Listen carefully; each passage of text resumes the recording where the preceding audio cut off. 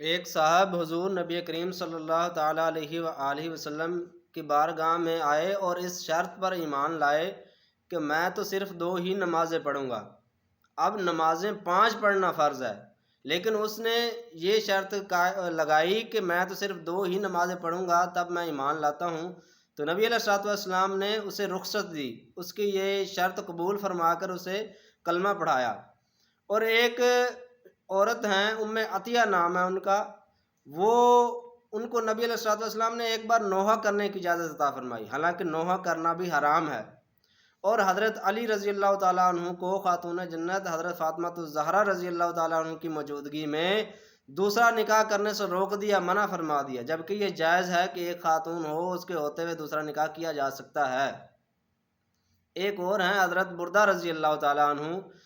اب قربانی ایک بکرا ہو تو اس کی عمر کم از کم سال ہونی چاہیے، اس سے کم کی قربانی آج بھی جائز نہیں۔